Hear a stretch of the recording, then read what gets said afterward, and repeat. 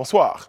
Le ministre Epiphane Zorobi-Balo est en croisade contre la corruption. Il a révélé que certaines structures avaient déjà été épinglées. Quelle sera la suite de cette opération? Qu'adviendra-t-il aux dirigeants de cette administration? On en parle tout à l'heure dans le petit débat. Mama Koulibaly, le président de la Fédération ivoirienne de basketball, est notre invité du talk en sa compagnie. Il sera question du récent Afrobasket 2021 et de la gestion de sa fédération. Analyse pertinente et débat constructif. Ce qu'il faut retenir de l'actualité, c'est dans le Live Talk. Bienvenue.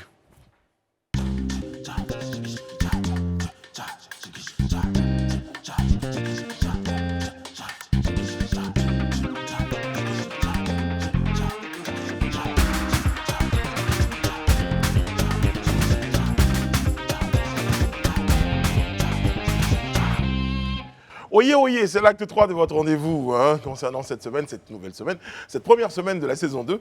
On est très très heureux d'être en votre compagnie. Oui, on le dit. Pour ceux qui penseraient le contraire, ou non, on est très heureux. Eh bien, on est toujours même plus heureux d'être en votre compagnie. C'est sûr parce qu'on est convaincus que vous êtes plus nombreux tous les soirs. Donc regardez, ça nous fait énormément plaisir.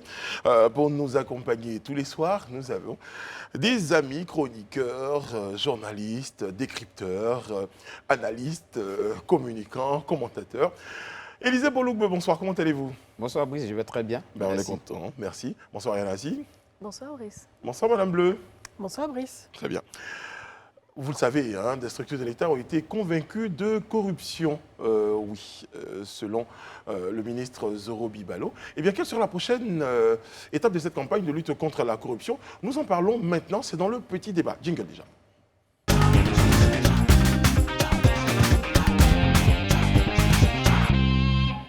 Alors, déjà qu'on évoque clairement que certaines structures de l'État, certaines structures tout simplement ont été épinglées donc, dans la lutte contre la corruption. Quel est votre sentiment déjà?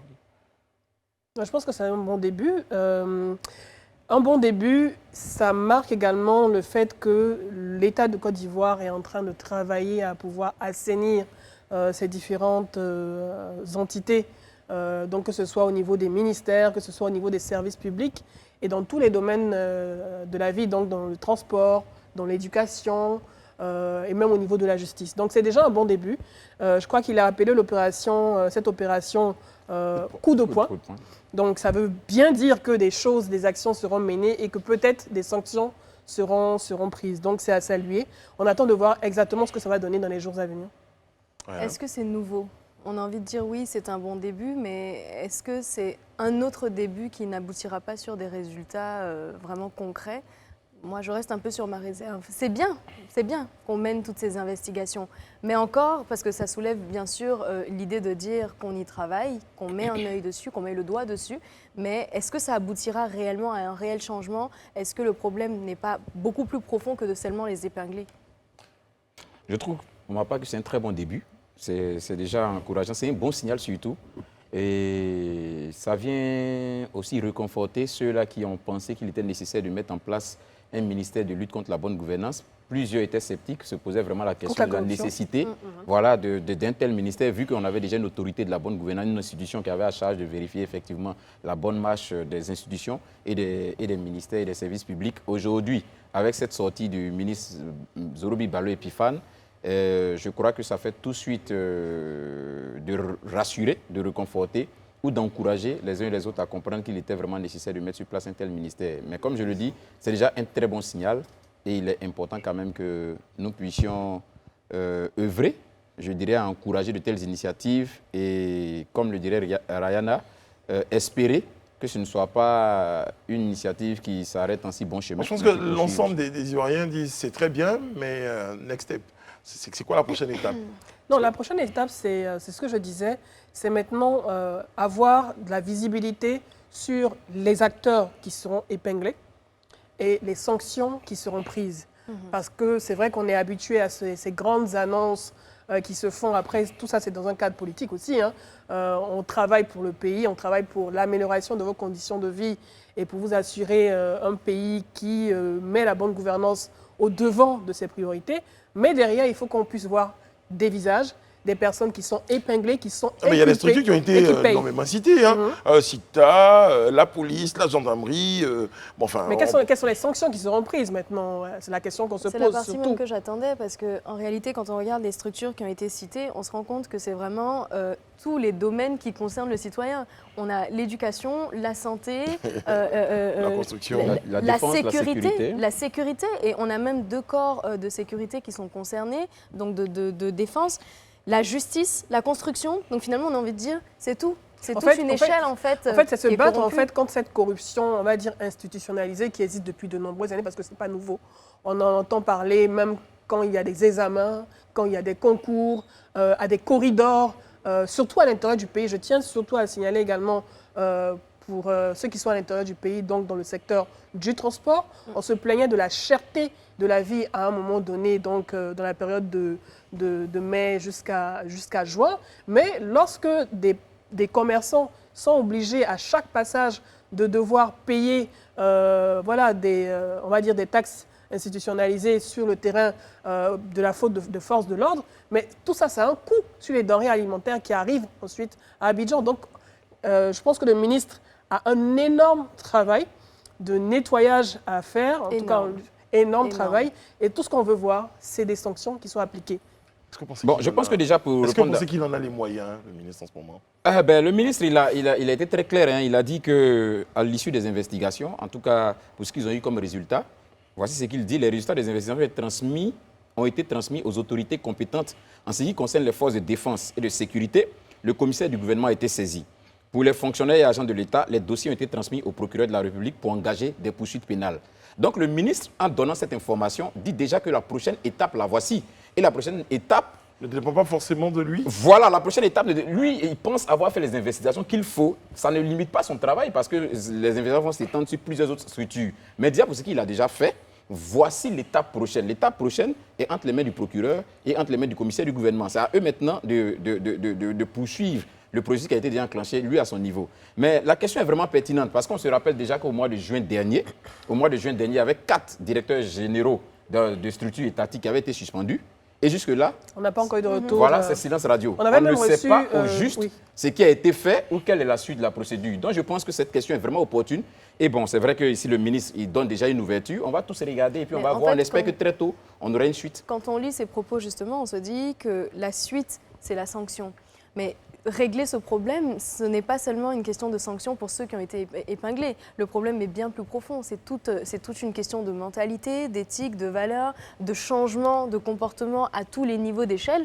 Comment est-ce qu'on fait ce travail? Est-ce qu'on se limite à la sanction ou est-ce qu'on va vraiment en profondeur rechercher les vraies causes de ce problème? Et pour rebondir sur ce que tu dis, en fait, parce que pour qu'il y ait des corrompus, il faut qu'il y ait des corrupteurs.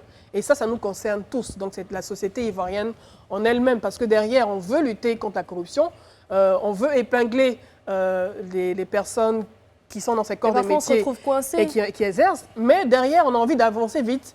Donc au quotidien, on va vouloir nous-mêmes tendre un biais, alors que peut-être que la personne ne l'aura pas demandé. Donc ça doit venir de l'ensemble de la population ivoirienne, parce que si je ne donne pas d'argent, si je ne corromps pas, il n'y a pas également de corrompus. Oui, mais aujourd'hui, ça a créé un effet de gangrène parce que même le corrupteur aujourd'hui se sent obligé de c'est pour ça qu'on parle de cercle vicieux. Exactement. Voilà. Donc on est vraiment dans un problème qui, comme je disais, est vraiment très profond. Oui, le problème, il est structurel, il est vraiment profond. Mais comme je le dis toujours, quand un problème est posé, il faut bien évidemment qu'on commence quelque part. C'est plusieurs étapes. On ne peut pas tout résoudre en même temps. Donc déjà, de telles initiatives, pour moi, elles sont à saluer. Parce que déjà, ça permet de comprendre qu'il y a une volonté manifeste, peut-être pas de la grande majorité de la population, mais il y a certains véritablement qui veulent en sortir. Et de mettre le doigt sur la réalité. Actes, voilà, pour aller dans le sens d'apporter des solutions. Et je crois que si déjà on a quelques sanctions, ça peut déjà permettre aux uns aux autres de pouvoir être beaucoup plus prudents pour la suite. C'est dissuasif, finalement. Voilà, c'est dissuasif pour certains. C'est vrai que ça ne résout pas totalement la question, mais il vaut bien qu'on commence quelque part. Et c'est déjà bien qu'on puisse commencer avec telles initiatives. Je crois que le maître mot de cette opération coup de poing qui est menée par le ministre Epiphane Zorobi-Balo, je pense que le maître mot devrait être intransigeance. Il y a des exemples qui existent en Afrique, et je prends particulièrement le cas du Rwanda, qui est très bien classé dans l'indice de perception de la corruption dans le monde. Je crois qu'il est à la 48e place, donc sur 180 pays. Et depuis 2009, le Rwanda est cité en exemple par la Banque mondiale et par l'organisation Transparency International, qui également collabore avec le ministère en ce moment pour lutter. Donc, ils sont très bien classés. Mais la stratégie qu'eux, ils ont adoptée, c'est d'être intransigeants, et surtout de punir, de sévir. Et derrière, on a vu également que ça a obtenu l'assentiment des populations rwandaises qui s'impliquent également dans cette lutte. Et le plus important, quand on fait ce genre d'opération, pour avoir également le soutien de la population, il faut aussi protéger les lanceurs d'alerte. Parce qu'il peut y avoir, bien sûr, des numéros verts où on peut se plaindre, on peut faire en griffe de la délation. Mais derrière, si je fais de la délation, il faut que je sois protégé. Il faut que ma plainte soit suivie. Après, maintenant, il y a la présomption d'innocence et tout ça. Mais il faut que les populations s'impliquent et il faut qu'il y ait de l'intransigeance. Mais je pense aussi quelque part que, Brice, s'il te plaît, je vais revenir dessus. Il y a quand même quelques inquiétudes. Moi, je le note parce que déjà, si on écoute ce que le ministre a dit en termes de poursuite du processus, la justice va prendre le relais. Mais là même, la justice fait partie des entités qui ont été épinglées par le ministre. Parce que là, il en a parlé aussi par le ministre. Donc là, vous voyez, celui qui est chargé de régler la situation, lui-même est au banc des accusés. Donc, ça dit que vraiment, on se pose d'énormes questions. On se demande si ce sera moi, vraiment j'ai un tableau vraiment qu'on ira jusqu'au bout vraiment du processus. Moi, j'ai un tableau, j'ai une pyramide là en face de moi. Je pense qu'on aura peut-être l'occasion de la voir, cette pyramide-là. Mais on dit que 58%, donc, concernant la perception des Ivoiriens concernant la corruption, c'était en 2019, on dit que 58% des Ivoiriens pensent que les policiers et les gendarmes donc, sont les plus corrompus. Donc, 43% les magistrats et ensuite les agents des impôts. Bon, si les policiers et les gendarmes, eux-mêmes qui doivent aller chercher les gens, pour leur dire vous êtes des corrompus, on va vous sanctionner. Eux-mêmes, ils font partie des personnes que la pyramide considère comme des plus corrompus. Les magistrats qui vont juger les corrompus, eux-mêmes sont Non, mais c'est comme je disais, c'est vraiment à tous les niveaux. Et ça touche même l'éducation, donc même l'avenir, en fait. Donc c'est vraiment tout ça. Ça va jusqu'aux leaders religieux. Peut-être qu'il faudrait penser peut-être à créer un organe consultatif qui est détaché. Bon, c'est vrai qu'on a la haute autorité de la bonne gouvernance qui a des assujettis. Donc, on parle de députés, de certains corps qui sont assujettis à la haute autorité de la bonne gouvernance.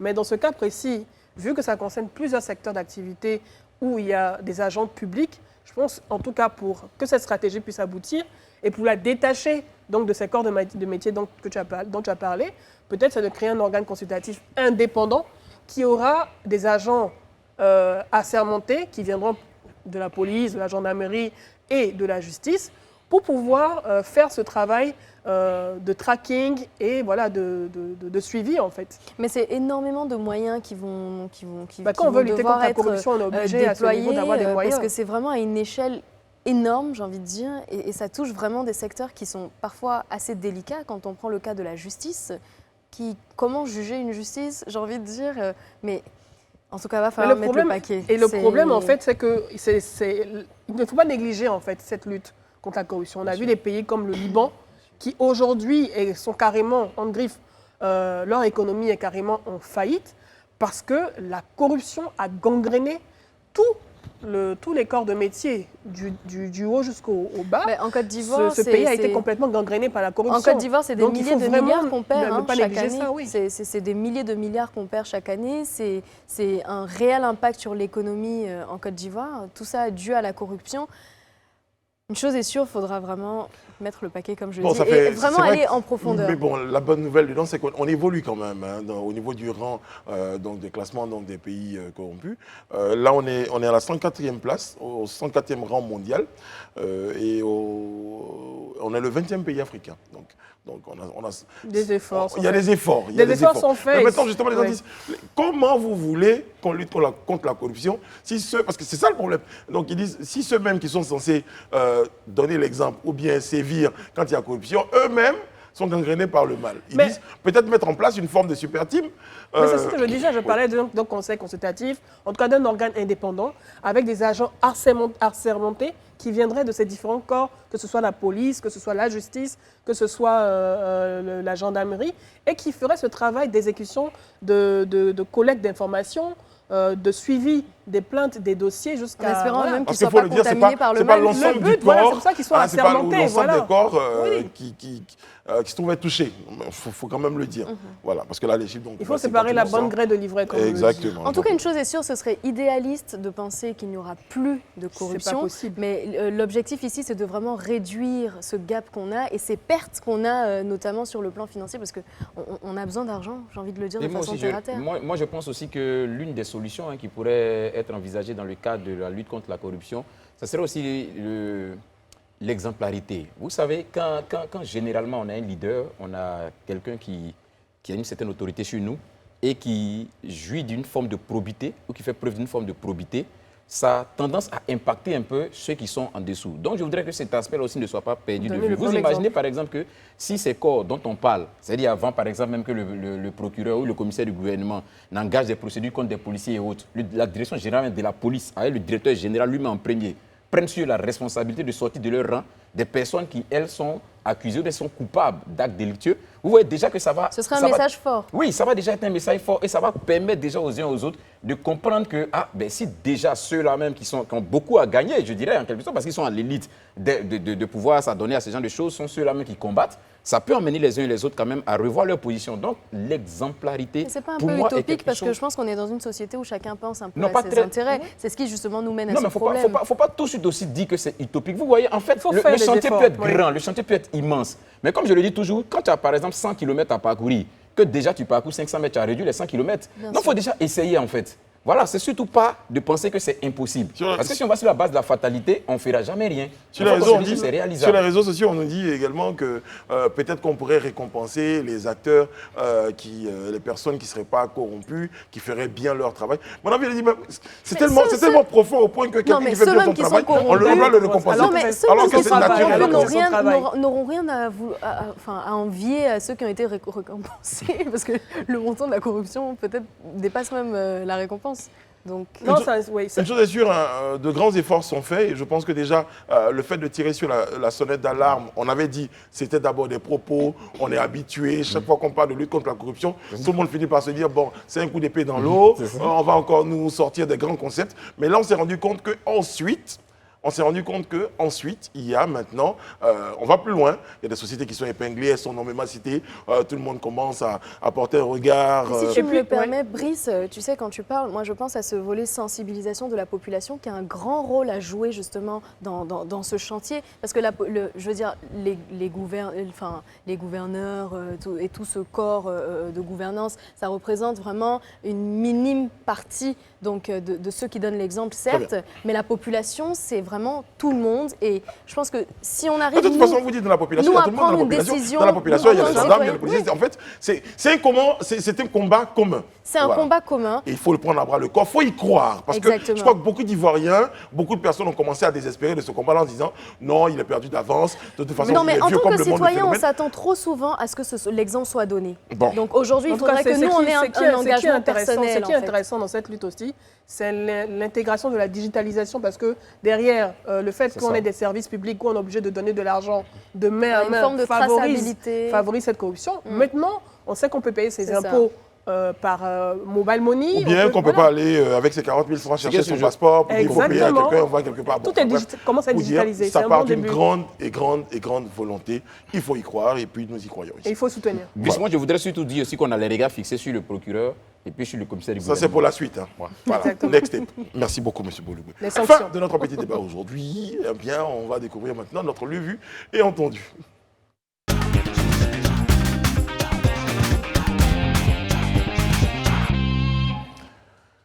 Bah ouais, c'est vrai que c'est un sujet qui touche particulièrement, qui nous touche particulièrement. Et on est confronté à ça au quotidien. Bon, on va aller pour notre lu, vu et entendu. T'as pas envie de passer le. Non, je pense à un ami personnel qui regarde cette émission depuis un moment. Depuis quelques jours, apparemment, il regarde l'émission pour les décortiquer en plusieurs parties. Élection présidentielle, Bédié Ouattara Gbagbo forclos pour 2025. Un texte de loi bientôt sur la table, c'est la une du quotidien L'Inter, du mercredi 15 septembre 2021. Bédié Ouattara Gbagbo forclos pour 2025.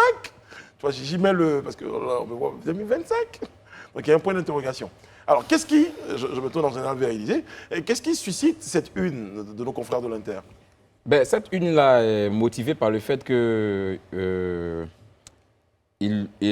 député maire Assalé Timoko, pardon, qu'on connaît très bien, qui est aussi un confrère journaliste, dans le quotidien L'Inter, évoquait la possibilité de soumettre un test de loi qui bientôt sera présenté aux députés. Et ce test de loi-là a pour but de ramener, de réinstaurer la limitation d'âge à 75 ans. Alors que si effectivement ce projet de loi est adopté, bien évidemment, le président de la République, M. Alassane Ouattara, l'ex-président Laurent Gbagbo et le président Bédié sont du coup fort clos. Parce que tous trois, en 2025, auront dépassé la limite des 75 ans. L'un sera à 91 ans pour le président Bédié, 83 ans pour le président Alassane Ouattara et 81 ans pour le président Laurent Gbagbo. Donc, du coup, les trois ne seraient plus éligibles si, effectivement, ce projet de loi-là est adopté. Mais moi, je voudrais qu'on aille un peu plus loin, ce qui motive effectivement cette volonté-là de réinstaurer ce projet de loi. Pour plusieurs, c'est vraiment pour résoudre la question du renouvellement. La sempiternelle question, non, pas au-delà du renouvellement, mais la sempiternelle question du conflit Ouattara-Gbagbo-Bédié qui depuis 30 ans cristallise la politique, la vie politique et sociopolitique en Côte d'Ivoire.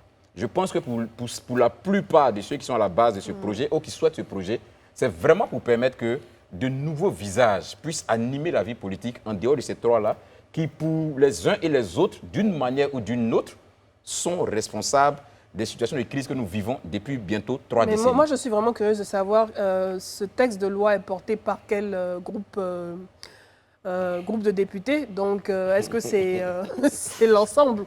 Donc, c'est d'un accord commun que cela a été proposé, ou bien c'est juste un groupement politique qui l'a proposé? On n'a pas de détails là-dessus, mais concernant la limitation... Quand vous parlez du groupement politique qui porterait ce... texte de loi, parce qu'en général, c'est porté par un groupement politique aussi, texte de loi, par au sein de l'Assemblée nationale. Ça peut être porté par un député. Ce que vous voulez dire, par exemple, c'est que ça peut ne pas passer, selon vous? Ah non, ça peut passer, hein, tout est possible, ça peut passer. Oui. Mais ça peut ne pas passer parce que ça dépendrait de l'initiateur. Bon, ici, de façon spécifique, ça c'est le député Antoine Assalé Timoko qui en parle et qui souhaiterait vraiment émettre ça. Mais ne perdons pas de vue qu'à l'orée des présidentielles de 2020, du 31 octobre 2020, le cas avait été évoqué par le président Alassane Ouattara, qui avait dit qu'il pense que vraiment après l'élection de 2020, il serait temps qu'on puisse penser à rajeunir ou bien à donner une nouvelle génération, mais à évoquer la possibilité d'introduire une ordonnance au niveau du Parlement dans le but d'une modification constitutionnelle pour réinstaurer la limitation d'âge à 75 ans. Et je suis convaincu pour ma part, vu en tout cas la configuration aujourd'hui de l'Assemblée nationale, si effectivement ce projet il est porté par le président de la République, donc par le RHDP qui est majoritaire au Parlement, il y a de fortes chances que ce projet soit adopté. C'est pourquoi j'ai dit que ça dépendra effectivement de l'initiateur ou de celui qui va proposer ce projet de loi à adoption. Et donc, il faudra passer par un vote, on va dire, un référendum par la suite. Bon, pour la modification constitutionnelle, il y a deux voies. Soit un référendum, c'est-à-dire pour une constitution populaire de ça a été le cas tous les Ivoiriens, 2016, soit il y a la possibilité que le projet de loi soit porté par le président par une ordonnance, mais qui est soumise à l'Assemblée pour que l'Assemblée vote. Donc ce seront les deux chambres du Parlement qui devront décider. Exactement. Mais quels seront même les enjeux de l'adoption de ce projet de loi? Parce que c'est de ça qu'il est question. Je veux dire, aujourd'hui, on a l'impression qu'on a une forme de manipulation des règles du jeu et tout ça. Parce que moi, je suis pour. Moi, je suis pour vraiment l'adoption de ce projet de loi, mais pour la forme, pas pour le fond. Parce que ça soulève des questionnements quand on regarde comment est-ce que les choses ont évolué ces dernières années.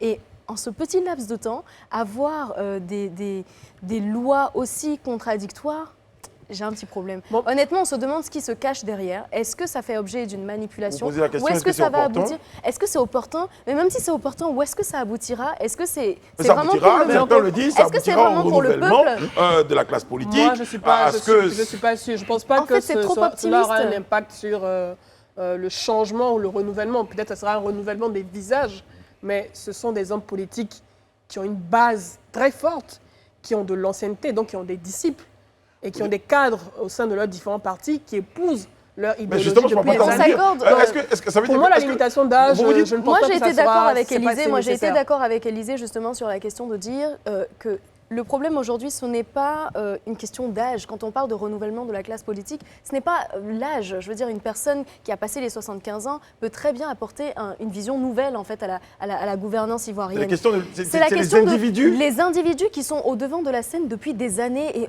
on commence à, j'ai envie de dire, on commence à s'en lasser.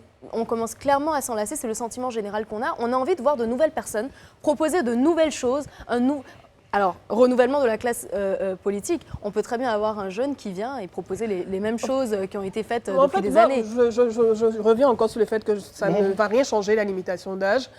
Comme tu l'as dit, on a des présidents, on prend le cas par exemple du président Joe Biden qui a 78 ans, qui a été élu, parce qu'aux États-Unis, il n'y a pas de limitation d'âge, mais il y a un minimum, donc c'est 35 ans. On avait Bernie Sanders pendant l'élection et qui voulait se présenter, mais qui a 80 ans. Je pense que le plus important derrière, c'est surtout le vote des populations. Ce sont les populations qui votent. Qui se présentent en 2025, mais c'est aux populations de décider, de faire le meilleur choix, tout simplement. Mais est-ce qu'on a envie d'avoir ces mêmes personnes Est-ce qu'on va pas revenir? je Est-ce veux qu'on va pas rebondir. revenir? Est-ce qu'on va pas garder cette question-là pour un petit débat dans les prochains Juste jours? 30 ouais. secondes, juste Bah, je 30 pense. secondes. Je voudrais rebondir voilà, par rapport à ce que Edith a dit sur la question de Joe Biden et 30 de secondes, vous avez dit. Oui, et de Je- Bernie Sanders montre et en main. tout ça, mais il faut aussi noter que Joe Biden et Bernie Sanders ne cristallisent pas la vie politique aux États-Unis depuis 30 ans. Très Ils bien. ne sont pas à l'origine de plusieurs conflits qui ont vraiment endeuillé les États-Unis pendant plusieurs années. Ça aussi, il y a un peu ça. Ce contexte-là n'est forcément pas implémentable en Côte d'Ivoire. C'est différent. J'avais dit Donc ça, il faut qu'on en tienne compte aussi. J'avais dit 30 Prêche, secondes. Élisée, prêche. Merci beaucoup, Élisée, Boloubeu, Anassi, Edith Broubleu. Mais vous nous permettrez de marquer une pause et de recevoir notre invité derrière cette pause. À tout de suite. Nous voilà repartis donc pour la deuxième partie du talk. On accueille ensemble notre invité. C'est pas celui-là, mais...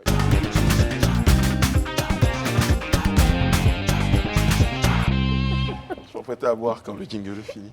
Baba Koulibaly, le président de la Fédération ivoirienne de basketball, est en notre compagnie. Bonsoir, monsieur Koulibaly. Comment ça va, président? Bonsoir, tout va bien. Ben, vous êtes rentré avec des applaudissements sur le plateau, quand même. Ouais, c'est gentil. Félicitations. Merci Bravo. beaucoup. Vous êtes parti, on le sait, hein, quasiment sur la pointe des pieds à Kigali en compétition, donc l'Afro-Basket 2021. Vous êtes parti sur la pointe des pieds, vous revenez avec une médaille, on est fiers quand même. Bon, comment vous avez vécu toute cette aventure-là du stress, du départ, il y a eu peut-être certainement un stress au fur et à mesure. Comment vous avez vécu tout ça? Dites-moi un peu. Oui, je pense que on l'a vécu bien avec une certaine conviction, même si c'était difficile à un moment donné par rapport au parcours, à l'adhésion qui était moyenne, mais quelque part, on était moins stressé du fait qu'on ne sache pas qu'il n'y a pas cette pression-là. Donc, les difficultés ont été plus liées à la planification que nous avons par rapport à tout ce qui est comme effet extérieur que nous ne maîtrisons pas. J'essaie d'être... Quand vous dites effet extérieur, Vous savez, c'est comme un projet, vous maîtrisez les acteurs directs. Après, on est dans un écosystème avec l'environnement administratif qui Permettez-moi et des d'imaginer conditions. quelque chose. Pour dire, je maîtrise mes joueurs, C'est ça. mon encadrement technique, mais je ne suis pas sûr qu'on ait le budget pour pouvoir partir en compétition. Exactement, quelque Très chose comme ça. Voilà. Donc, C'est des lorsqu'on facteurs. on est par rapport à ça, il faut vite réagir, trouver des solutions et ne pas perdre de vue l'objectif, tout en gardant le cap et permettant à cette équipe-là de dire, et comme on leur disait, écoutez, votre difficulté, c'est de pouvoir être bon sur le terrain, de pouvoir vous battre face à des adversaires. Et nous, Laissez notre manger, difficulté, c'est de gérer tout ce qui est effet extérieur. Donc, je pense que c'est ça qui a été formidable. Ouais. J'étais dans une belle bulle, parce que j'étais à Monastir, dans un joli espace. Et donc, tout ça, c'était vraiment bien, quoi, voilà. et avec cette deuxième place au niveau du basket Oui. africain, est-ce qu'on peut dire que le basket ivoirien, le basketball ivoirien is back? Oui, on peut le dire. On peut le dire parce que le potentiel, il est là. On a démontré qu'une partie du potentiel de la Côte d'Ivoire par rapport à ce qu'on appelle le scouting, c'est-à-dire le regard sur le monde entier pour voir tout le potentiel. Je peux dire avec beaucoup de conviction et de foi que le basket ivoirien is back du longtemps. Moi, Mais j'aime c'est- bien les petites questions compliquées. Je Pour dire que si he is back, Oui. c'est qu'il n'était pas back avant. Et qu'est-ce qu'il faisait qu'il n'était pas back? Il y avait quoi comme problème? Oui, c'est vrai, très belle question. Le basket ivoirien, là tu m'as vraiment piégé là. N'était pas forcément très loin. Il y avait forcément une nécessité d'organisation, de se mettre ensemble parce que les joueurs qui sont là, il y a à peu près 3 qui ont été vice-champions d'Afrique en 2009. Donc c'est pour dire qu'il y a du potentiel. Et puis je suis d'accord avec toi. La Côte d'Ivoire a été 2 fois championne d'Afrique. Donc, quelque part, on a de la bonne Mais graine. c'est- Il fallait remettre le groupe en ordre de bataille. Très bien. Et puis, partir de Vous avez plus réussi belle. votre pari. Nous avons réussi notre pari. Mais parce c'est que un c'était engagement ensemble. de dire que Oui. le basketball ivoirien is back Oui. après justement cette victoire. Mais comment est-ce qu'on compte pérenniser ou créer une forme d'ascension de cette victoire? Bon, Parce qu'une d'ailleurs, victoire ne suffit pas quand Tout on à est fait. back. Voilà. Voilà, parce que pour être à ce niveau, pour être deuxième d'Afrique, on a quand même gagné tous nos matchs depuis 2 ans. Donc ça veut dire qu'il y a tout un travail de pérennisation de ces résultats-là. C'est Et le on a un fruit programme justement global. de ce travail. On a un programme global et d'ailleurs, je pense qu'on est deuxième maintenant.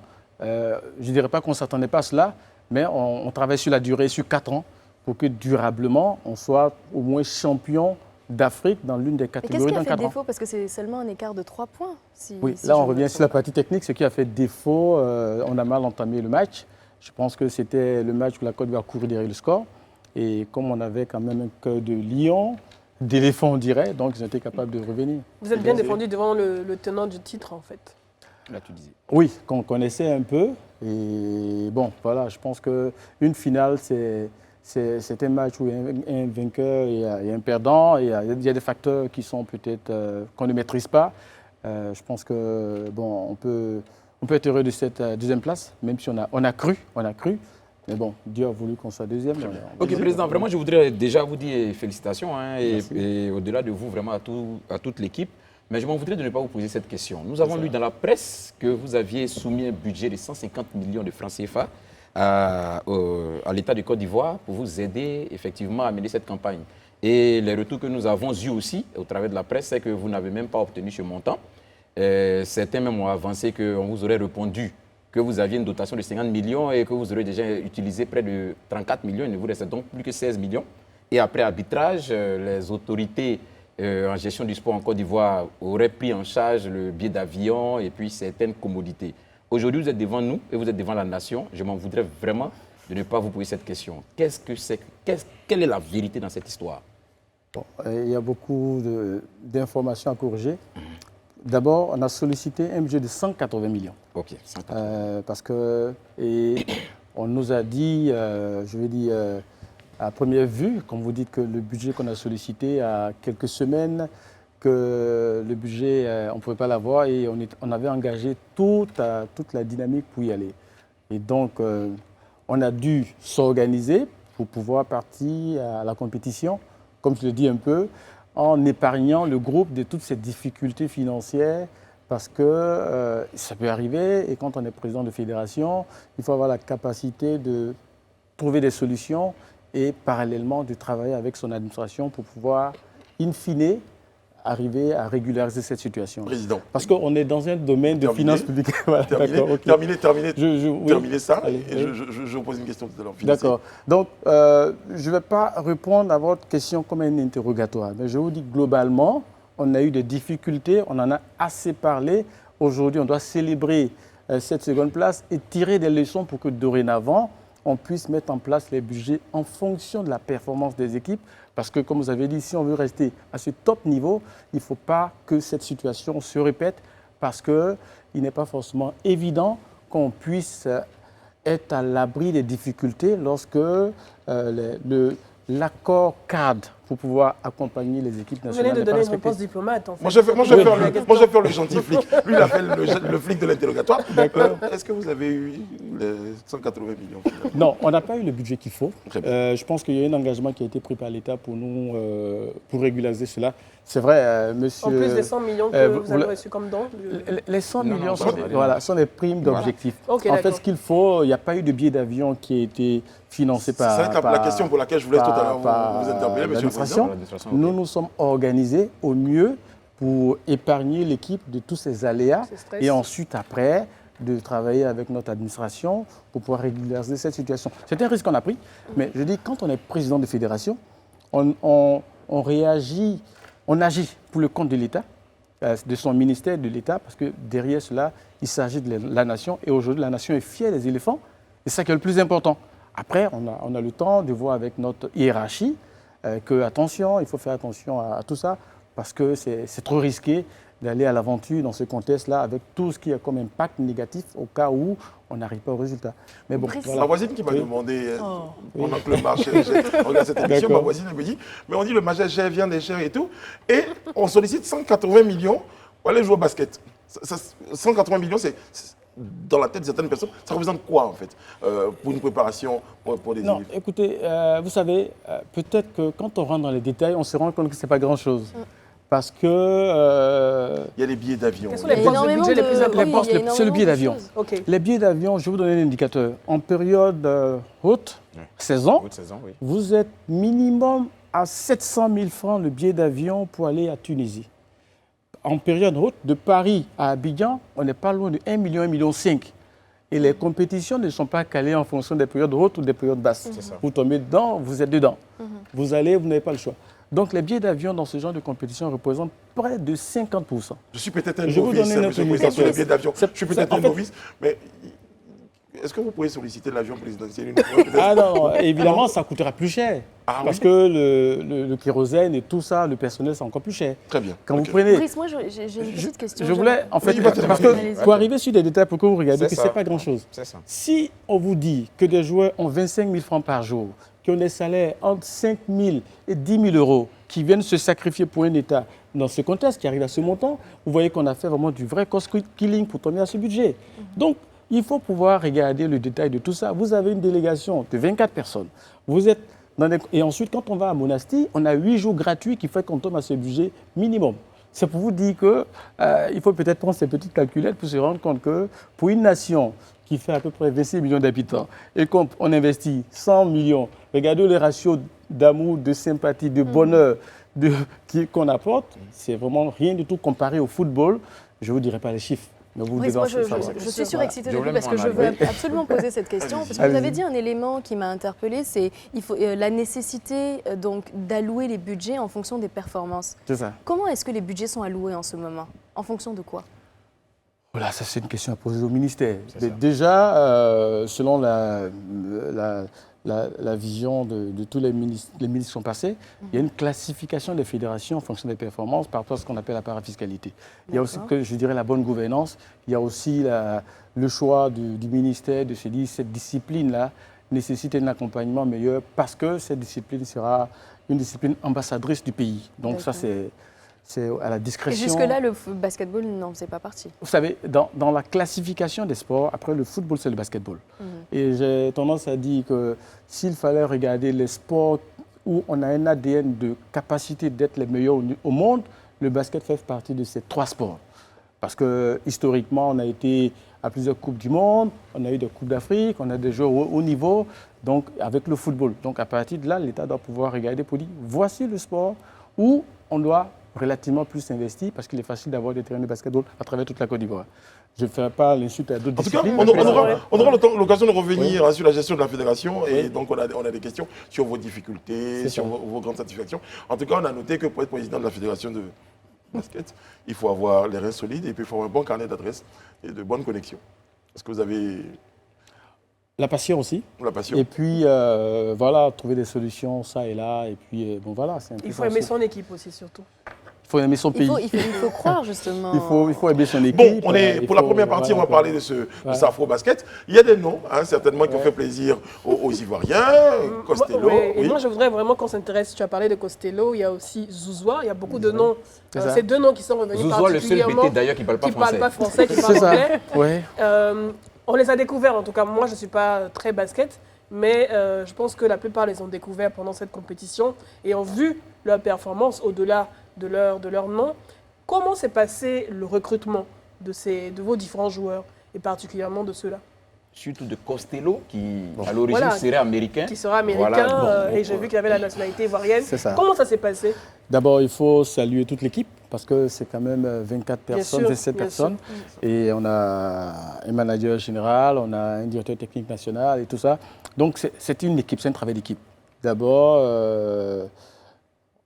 j'ai un manager général qui est autant talentueux que les joueurs, avec qui nous travaillons pour définir la stratégie pour pouvoir avoir une équipe qui soit capable d'atteindre cet objectif-là. Donc, c'est comme ça, après ce qu'on appelle le scouting, pour pouvoir voir quels sont les compartiments où il fallait être bon. On me présente la situation et comme je suis très tatillon, on discute et puis on définit. Ça les vous a pris ressources. du temps pour les convaincre de rejoindre l'équipe? La sélection nationale? Je pense qu'on a su présenter les enjeux, l'intérêt, la Côte d'Ivoire qui est un beau pays, où on a tout cette joie de vivre et tout ça. Je pense que c'était une bonne exposition pour ces joueurs. Et le cas de Costello, on a vraiment travaillé parce qu'on avait souhaité avoir quelqu'un qui remplacerait un autre Américain qui s'appelle Dion Thompson, qui allait sur un contrat assez important. Et donc, on n'a pas hésité à chercher le bon profil qu'il fallait. Et celui qui était là, il s'appelait Costello. Costello, Il était blanc. Il est américain. Ok. En matière de sport, c'est le charme du basketball. Il a On a la sauté sportif possibilité ivoirien. de pouvoir naturaliser quelqu'un d'autre qui n'est pas du pays, mais qui peut avoir un intérêt passionné de ce pays-là. Et on a senti en Costello la personne... Vous connaissez déjà la Côte d'Ivoire un peu? Pas du tout. Pas du tout. Pas du tout. Mais il savait que la Côte d'Ivoire, les personnes qui géraient cette équipe-là avaient de l'ambition et pouvaient faire confiance à cette équipe-là. Donc je pense que ça, c'est grâce à mon Et c'est manager bien général. intégré. Très bien intégré. Vous avez constaté que quand il est venu pour vous dire, écoutez, on est allé chez Emma qui s'élève chez Ambroise, on allait manger de la On l'a appelé chicken. Blofouet, je crois. Il s'appelle- Tranquillement. on l'a même baptisé Voilà. Quadio. Quadio, voilà. voilà. Il a dit qu'il allait se renseigner. Et- Stéphane sur- Kouladi l'a baptisé Quadio. Et discrètement, il a passé du bon temps, il a apprécié, l'accueil était chaleureux, automatiquement il a adopté la Mais Côte peut-on d'Ivoire. aujourd'hui dire que Costello est définitivement pour la Côte d'Ivoire? Est-ce qu'on pourra le voir pour les prochaines compétitions? C'est juste pour l'Afro-Basket cette année. Oui, Inch'Allah. Je pense que Costello sera avec nous pour les Afro-Basketball, pour les éliminatoires de la Coupe du Monde. Sauf cas de force majeure, il sera avec nous. On garde Donc, Costello. oui. La même chose pour Zouzoua, évidemment. Zouzoua, C'est ça. c'est Et un pour, Ivoirien. Voilà. et pour tout ce groupe-là, Voilà. en tout cas, Voilà. qu'on espère garder soudé et certainement plus performant. On marque une pause, on fait ça en basket. D'accord, c'est ça. À tout de suite. Vous nous rejoignez maintenant, vous suivez le Live Talk sur Live TV, vous nous regardez sur les canaux 206 du bouquet Canal+, et numéro 6 de la TNT. Si vous êtes là depuis le tout début, eh bien merci. Merci d'être aussi fidèle. Notre invité ce soir sur notre plateau, il est le président de la Fédération ivoirienne de basket. Il s'appelle Mama Koulibaly. Merci beaucoup, M. Koulibaly, d'être en notre compagnie.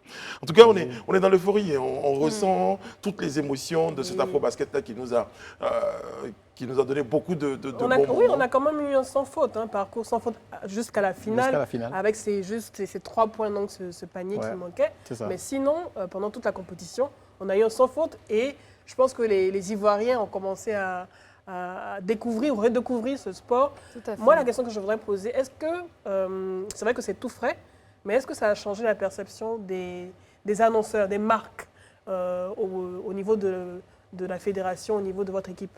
Est-ce que vous avez signé des contrats juste après? Oui, on est en voie. Je pense que ça a vraiment changé la perception des annonceurs qui ont commencé à croire ce que j'avais toujours dit, que le basketball, c'est un sport vraiment digital, parce que tous ceux qui sont sur le digital sont beaucoup plus basketball. C'est un sport C'est un d'event. sport de bluff. Voilà, d'event. Et que, De joie, de ça, jeux vidéo. voilà, je pense que les annonceurs ont commencé à croire qu'on est capable de de pouvoir vraiment faire de l'activité autour du basket. Monsieur le Président, pendant la mi-temps, j'ai reçu 2 ou 3 petites informations de cris de cœur des joueurs locaux qui nous ont dit, bah, écoutez, c'est vrai, on a parlé de Costello, de Zadi et tout ça qui sont arrivés, qui ont décidé d'obtenir la nationalité sportive ivoirienne. Mais et eux, ici, comment ça se fait aujourd'hui pour encourager les talents locaux? Si on va chercher des gens à l'extérieur, ça va pas encourager une forme de mercenaires. On dit les mercenaires, c'était une expression qu'on utilisait pour cela. Comment vous appréciez cette situation, hein? Non, je pense que les basketteurs savent qu'on a donné la chance à tout le monde. Pas un championnat assez alléchant où on a primé les meilleurs chaque journée sur les 31 journées avec les MVP. Ensuite, on a fait une sélection des meilleurs joueurs avec une sélection B, une sélection A. Et ensuite, il y a une compétition ici pour permettre aux sélectionneurs de prendre les meilleurs Ivoiriens du moment. Donc à ce niveau, je pense que ça a été tellement transparent. Vous avez été très sélectif. Très sélectif et très transparent. Et évidemment, je crois qu'il n'y a pas eu grand-chose à dire à ce niveau. Et on répétera la même chose parce que les talents ne sont pas forcément à l'extérieur. Mais on met tout le monde là et on constate que les meilleurs Ivoiriens capables de porter haut le flambeau de la Côte d'Ivoire seront ceux qui vont être choisis. Donc je pense que ceux qui sont sur le terrain le savent très bien. À ce niveau, c'est assez transparent. D'accord. Mais on fabrique toujours, on prépare toujours. Et on travaille, et c'est en ce sens qu'on a fait venir un directeur technique national de la Slovénie qui va devoir travailler localement pour que localement nos joueurs puissent avoir les mêmes chances que ceux au niveau international pour être en équipe nationale. Parce que finalement, ce qui fait défaut, c'est vraiment les performances de ces joueurs locaux, c'est ça? C'est les performances, c'est la compétitivité, c'est pour ça que le championnat doit être relevé pour qu'on ait autant de compétitions et que les encadreurs aussi soient formés et de telle sorte à ce qu'on ne soit pas complexé vis-à-vis d'un joueur qui est à l'extérieur. Qu'est-ce qui manque pour que le championnat soit au meilleur niveau? Championnat national. Il y a beaucoup de choses. Déjà, vous posez la fameuse question que je m'apprête à vous poser concernant la fédération. Aujourd'hui, quelles sont les difficultés que rencontre la fédération ivoirienne de basketball? Difficultément, je préfère parler de quels sont les chantiers que la fédération sur lesquels elle travaille. Voilà. Je pense qu'on est plutôt en train de travailler à améliorer la performance de tout l'écosystème. C'est-à-dire que les acteurs clés, ce sont les joueurs, ce sont les entraîneurs, ce sont les cadres techniques, médicaux, infrastructures. Donc on a tout un programme qui permettra d'avoir un championnat de bon niveau. Et d'ailleurs, cette année, on va peut-être faire un séminaire avec les clubs de première division pour lancer la professionnalisation de la première division, avec un cahier des charges qui permettrait à ce que, je le dis tout le temps, que les joueurs puissent avoir le SMIC pour commencer déjà le championnat et qu'on puisse avoir un budget minimum qui permettra d'être en première division. Donc ça, et avoir un règlement intérieur, un statut en bonne et due forme pour qu'on puisse savoir qui fait quoi et un site d'entraînement avec un contrat durable de telle sorte à ce que des équipes ne soient pas chassées de leur lieu d'entraînement parce que c'est des lieux utilisés de façon précaire. Oui, en tout cas, nous, quand on s'entraîne dans les lycées et collèges, oui. Voilà, donc c'est tout ça qu'il faut engager. Et surtout, que des personnes, des hommes d'affaires, viennent être des honneurs des équipes parce que vous avez en général des techniciens qui sont ceux-là qui sont en même temps des présidents de clubs. Après, c'est compliqué de pouvoir gérer un club lorsqu'on n'a pas forcément les moyens pour pouvoir... D'accord, Président, tout à l'heure, il y a Brice qui disait que vous étiez parti sur la pointe des pieds pour l'afro-basket. Et c'est effectivement vrai. On se rend compte que l'engouement des Ivoiriens, on a commencé à le ressentir lorsqu'on a passé pratiquement le premier tour. Et là, dans quelques mois, disons, nous allons démarrer les éliminatoires de zone Afrique de la Coupe du Monde FIBA 2023. Qu'est-ce qui est fait pour ne pas qu'on reparte aussi sur la pointe des pieds et que peut-être l'engouement cette fois-ci ne viennent pas parce qu'on n'a même pas passé le premier tour? Qu'est-ce qui est fait pour préparer vraiment ces éliminatoires-là, pour garantir notre participation effectivement à la Coupe du Monde FIBA 2023? Ce qui est fait déjà, on a commencé à travailler. Nous, il y a l'euphorie de tout le monde, mais derrière, avec l'équipe restreinte, on a commencé déjà à préparer novembre, parce que c'est le 22 novembre. Pour dire qu'on connaît bien les dates, on a commencé à demander aux uns et aux autres de rester mobilisés, à les suivre dans leur club et à préparer les budgets, à préparer tout le staff. S'il y a des aménagements à faire, on y travaille afin que, de façon bien planifiée, tout soit fin prêt et que les problèmes qu'on a eus, on ne les ait plus. Donc, à ce niveau, je pense qu'on est en train de travailler afin qu'on ait une bonne équipe nationale pour pouvoir être représentatif.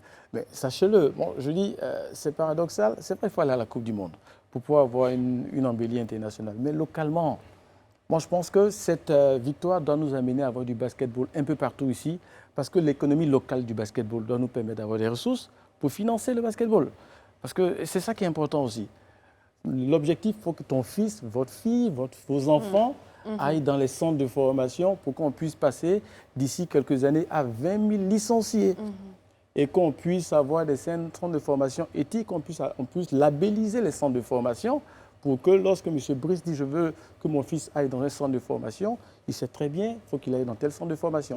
Donc, pour la Coupe du Monde, qui est un élément sur le plan marketing, on est au mondial, on y travaille, mais il faut aussi que localement, on puisse travailler. Et c'est pour cela que je vous dis qu'on a le camp de FIBA qui se fait à partir de demain à Abidjan, où c'est une chance pour nous de détecter tous les jeunes talents de 16 ans d'une certaine taille, qui sont venus de 45 jeunes de plusieurs pays.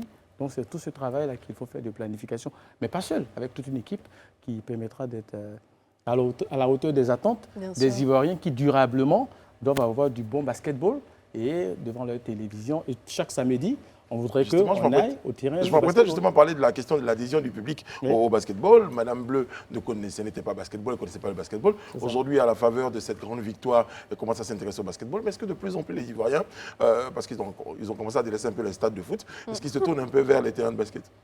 Je pense qu'avant cette victoire, nous avons fait des finales playoffs salle comble. C'est ça. Nous avons fait des All-Stars salle comble. Donc le défi, c'est de pouvoir maintenir ce cap. C'est ça, maintenir. Mais c'est surtout aussi un public averti. Quand vous prenez des personnes comme moi qui ne s'intéressaient pas forcément et qui, par la force en tout cas de cette compétition, commencent maintenant à jeter un regard, c'est de pouvoir arriver à convertir ces populations. C'est ça l'objectif. J'ai toujours dit, il faudrait qu'on puisse attirer 70% de ceux qui ne sont pas basket. Parce que si on reste un public captif basket, on ne crée pas une nouvelle économie. Et quelle est la place des médias? Comment les médias vous aident? En termes de communication, on a l'impression médias sont présents. Les médias a vraiment un large les médias gap. sont présents Toute parce la que table, vous voulez me poser cette question? les médias sont présents parce qu'on est partenaire avec des médias. Je pense qu'on est très communicants au niveau des médias et on les fait participer à toutes nos activités. Et on essaie de faire de nos activités des événements parce qu'on ne va pas rester que basketball. Vous verrez qu'on aura des artistes et tout ça. Donc les médias, c'est vraiment tout un ensemble pour qu'on parte au basketball et qu'on passe 30% de basket et 70% d'événements autour. Président, moi je vais terminer avec cette question. Généralement, ça va être le mot de fin. Il est de notoriété la plupart du temps que les sports, surtout au niveau des femmes, ne soient pas vraiment pris à cœur comme c'est le cas au niveau des hommes. Et là, nos dames, au niveau du basket, vont bientôt affronter les éliminatoires de l'afro-basket féminin. Très belle question. Et elles sont dans le groupe D, avec le Mali et la Tunisie, qui sont de très gros morceaux, qui sont des champions, qui ont plusieurs fois remporté le trophée au niveau continental. Qu'est-ce qui est fait? Quels sont vos challenges? Quels sont vos objectifs sur cette compétition? Je viens d'accompagner l'équipe féminine qui est partie à 19h55 pour Yaoundé, dans les mêmes conditions. Sur la pointe des pieds? Non. Dans les meilleures conditions. Je veux dire qu'elles ont bénéficié de l'embellie de l'équipe. Voilà, pas sur la pointe des pieds. Mais évidemment, ce n'est pas en un jour que les choses vont changer, mais je pense que ça va se mettre en place. L'objectif de cette équipe-là, c'est de passer le premier tour.